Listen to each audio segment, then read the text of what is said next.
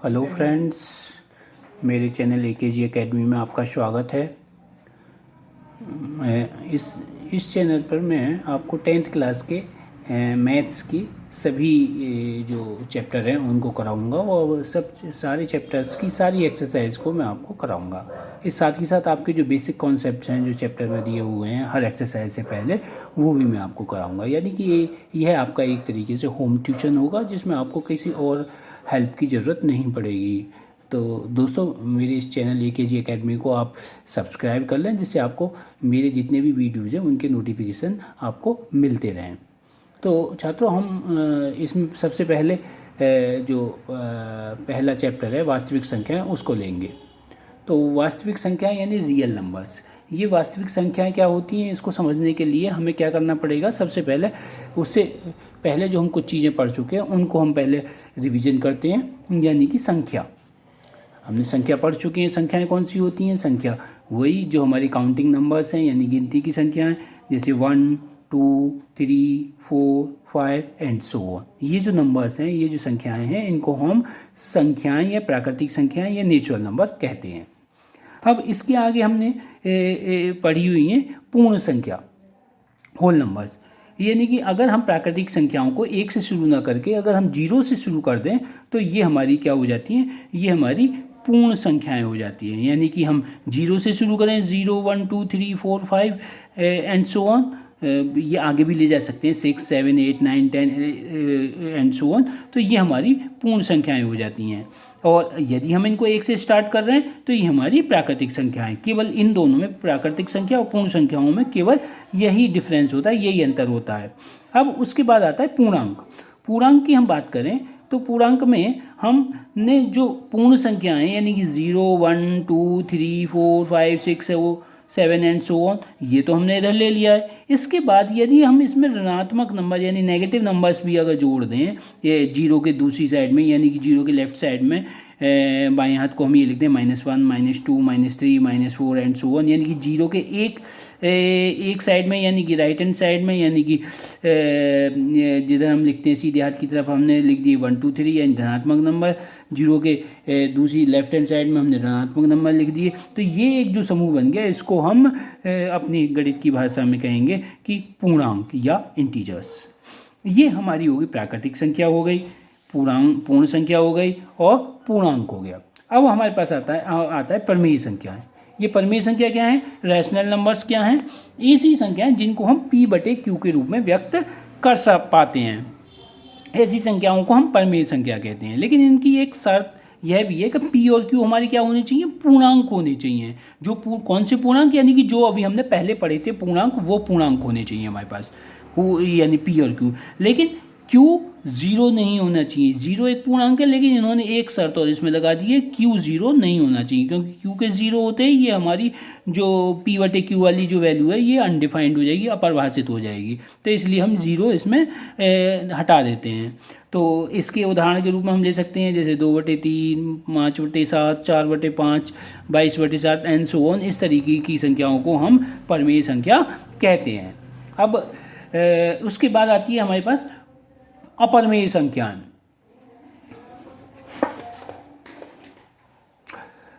अपरमेय संख्या यानी irrational number, ऐसी संख्याएं जिनको हम P/Q के रूप में व्यक्त नहीं कर सकते, ऐसी संख्याओं को हम अपरमेय संख्या कहते हैं। जैसे हमारी इस तरीके की संख्याएं, जैसे √2 √3 √5 पाई एंड सो ऑन। इस तरीके के बहुत सारे नंबर्स हम ले सकते हैं। √13 भी ले सकते हैं, ठीक है, √17 भी ले सकते हैं। तो इस तरीके के जो नंबर्स हैं उनको हम अपरमेय संख्या में रखते हैं। अपरमेय संख्या होती हैं क्योंकि इनको हम P/Q के रूप में व्यक्त नहीं कर सकते। अब उसके बाद आती है हमारे पास वास्तविक संख्याएं, जिस नाम से ये हमारा पाठ है वास्तविक संख्याएं। ये वास्तविक संख्याएं क्या हैं? पहले हमने संख्याएं पढ़ी, प्राकृतिक संख्याएं पढ़ी, फिर उसके बाद पूर्ण संख्याएं पढ़ी, फिर पूर्णांक पढ़े, फिर परमेय संख्या, फिर अपरमेय संख्या। यदि इन सारी संख्याओं को हम इकट्ठा करके एक जगह रख दें और उन संख्याओं को अगर हम कोई नाम देना चाहें तो उसको हम नाम देंगे वास्तविक संख्याएं।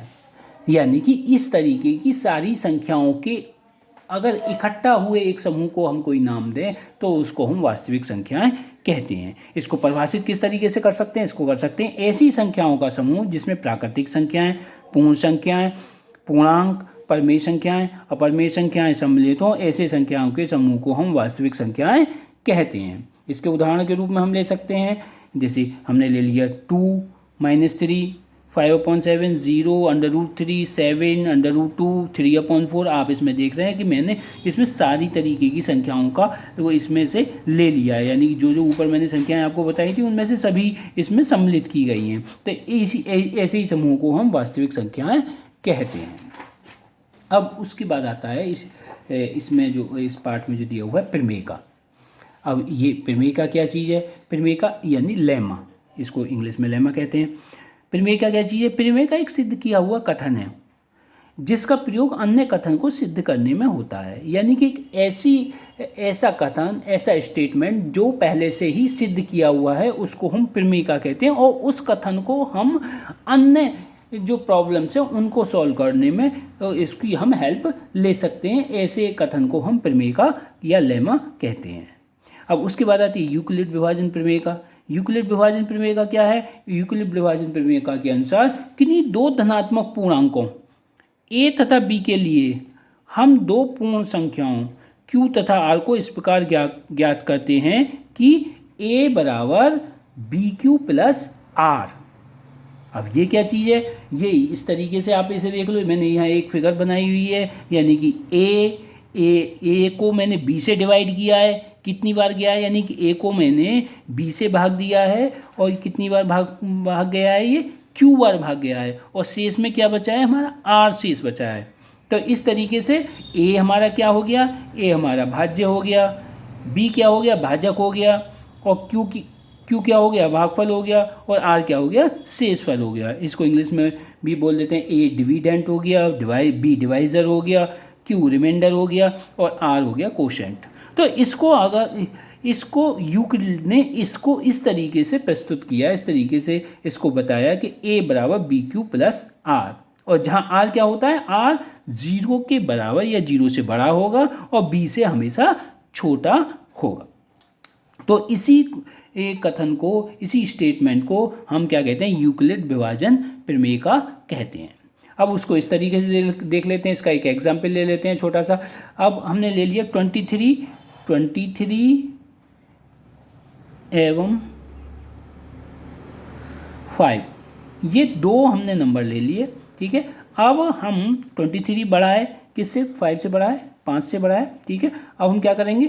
तो इसको 23 को यानी 23 को 5 से हम भागित करेंगे, भाग देंगे, तो कितनी बार भाग जाएगा? हमारा 4 बार भाग जाएगा, क्योंकि 5 चौक 20। कितना बचेगा? हमारा 3 बचेगा, यानी कि हमारा क्या हो गया? हमारा जो भाज्य हो गया वो हो गया हमारा 23, और हमारा जो भाजक हो गया वो हो गया 5, और हमारा भागफल क्या हो गया? 4 हो गया, और शेषफल हो गया हमारा 3 हो गया। इस तरीके से, यानी कि a की वैल्यू हमारी कितनी हो गई? 23 हो गई, b की वैल्यू कितनी हो गई? 5 हो गई, q की वैल्यू कितनी हो गई? 4 हो गई, और r की वैल्यू हो गई 3 हो गई। इस तरीके से ये हमारी सारी वैल्यू आ जाती हैं। इसको हम यूक्लिड विभाजन प्रमेय का के रूप में लिखें तो इस तरीके से लिख सकते हैं, 23 बराबर 5 गुणा 4 प्लस 3।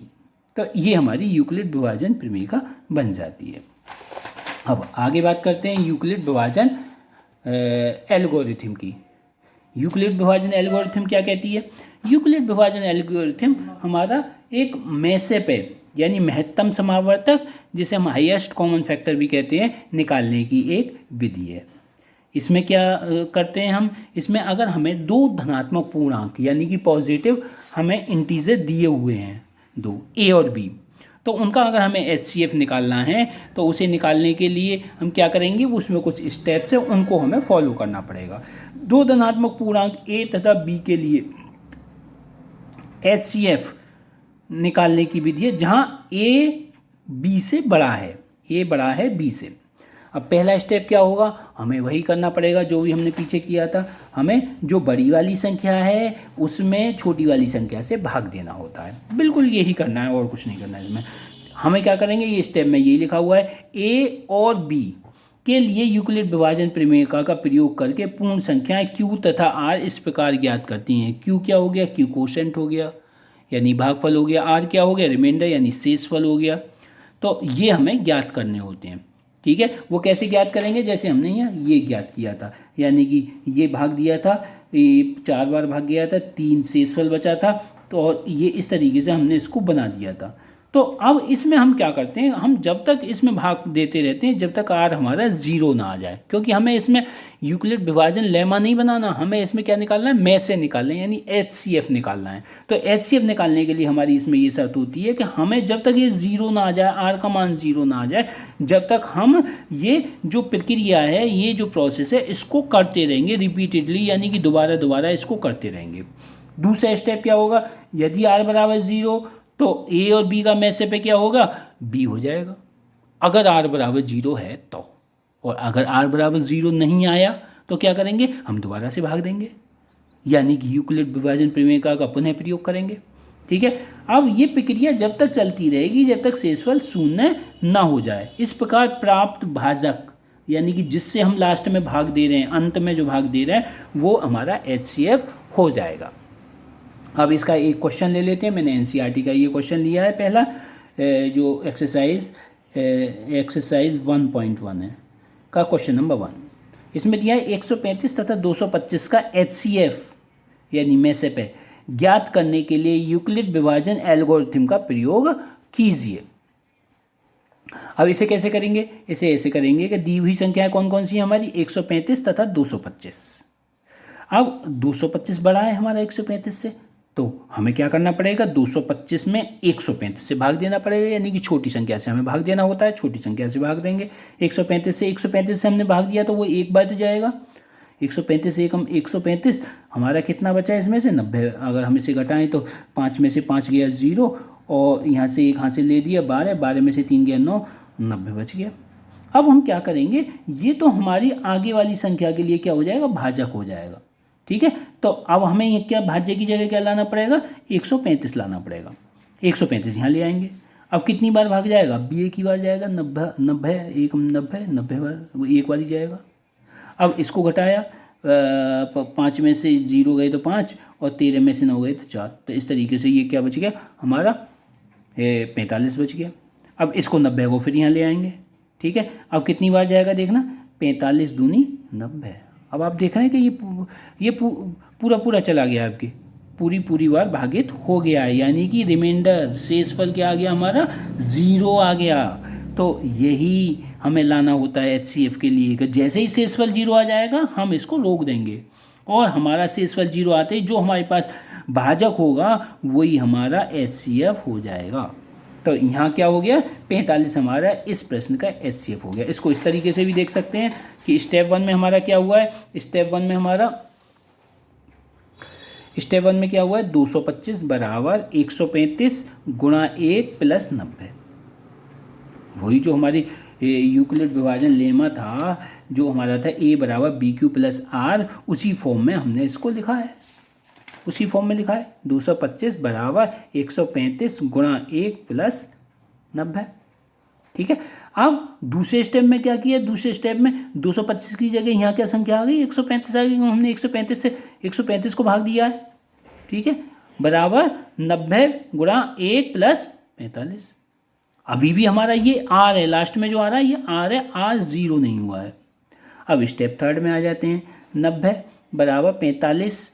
अब क्या हमें 90 में भाग देना है, कितने का भाग देना है, 45 का भाग देना है, तो 2 बार गया तो चला गया, तो R बराबर क्या बचा, यानी शेषफल क्या बचा, शेषफल हमारा 0 हो जाता है हमारा, ठीक है। इस तरीके से शेषफल 0 आ गया, तो इसका मतलब ये जो आया हमारा भाजक जो आया, ये हमारा क्या आ गया, यही हमारा HCF हो जाता है। इसी को जैसे ही रिमाइंडर 0 आ जाए, यानी कि शेषफल 0 आ जाए, तो हम जो भाजक है उसको हम HCF, वही हमारा HCF होता है। HCF बराबर हमारा हो जाएगा 45। तो दोस्तों इस जो वीडियो में मैंने, ये वीडियो ज़्यादा लंबा ना हो इसलिए इस वीडियो में मैंने आपको पहला प्रश्न कराया है। इसके अगली वीडियो में आपकी जो इस एक्सरसाइज 1.1 के जो अन्य प्रश्न है वो मैं आपको कराऊंगा। तो आप मेरे इस चैनल AKG अकेडमी को आप ज़रूर सब्सक्राइब करें और लाइक करें। थैंक यू दोस्तों।